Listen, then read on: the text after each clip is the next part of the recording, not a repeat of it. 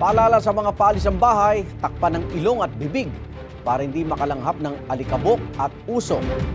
Sa ilang lugar kasi sa bansa may tuturing ng unhealthy ang kalidad ng hangin batay sa monitoring ng isang international organization.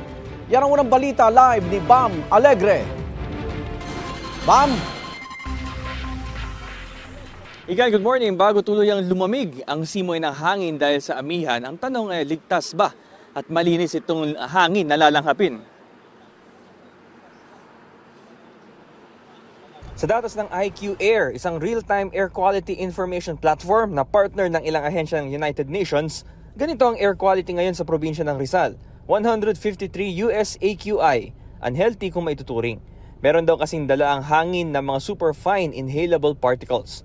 Kaya ang rekomendasyon, iwasan ng outdoor exercise o kaya isara ang mga bintana. Ang pasalubong vendor sa Antipolo Rizal na si Karen Odias, hindi rin komportable sa nalalanghap na hangin. Medyo minsan kasi 'di ba, yung parang yung hangin niya, bigla ka na lang uubuhin, ganun. Siguro halo-halo na rin sa langhap ng hangin dito kasi siyempre nandito ako sa kalsada. Siyempre kasama na rin siguro yung sa mga sasakyan.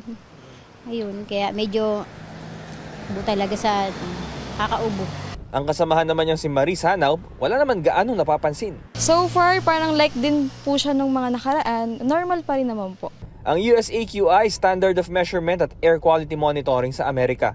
Sa Pilipinas, ang ahensyang namamahala sa air quality monitoring ang Department of Environment and Natural Resources, partikular na ang EMB o ang Environmental Management Bureau. May sarili silang real-time monitoring website at nakasaad dito na fair and good naman ang air quality sa ilang bahagi ng Calabarzon tulad sa Batangas at Laguna Station. Iga na malaking parte pa rin ng air pollution yung pagkonsumo ng tao ng likas na yaman at yung kumbaga yung tinatawag natin na energy consumption. At kamakailan din nagkaroon din ng aktibidad yung Taal Volcano sa Batangas na nagdulot ng volcanic smog o VOG sa mga kalapit na probinsya. Ito ang unang balita mula rito sa Quezon City, Bam Alegre para sa GMA Integrated News. Igan, mauna ka sa mga balita. Mag-subscribe sa GMA Integrated News sa YouTube.